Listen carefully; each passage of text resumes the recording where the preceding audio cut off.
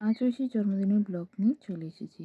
যে ঠাকুরটাকে দেখলেন ওটা আমাদের বাড়ির প্রতিষ্ঠিত লক্ষ্মী ঠাকুর।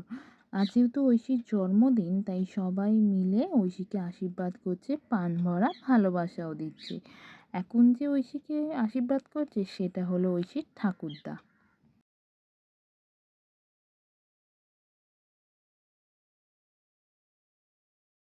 আবার যে আশীর্বাদ করছে সেটা হলো ও দুঃসম্পর্কে ঠাকুমা।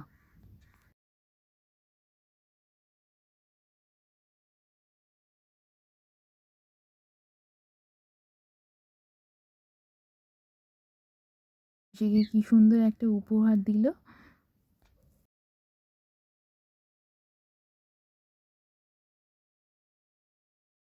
এবারে যে আশীর্বাদ করছে এইটা হলো ঐশীর নিজের ঠাকুমা।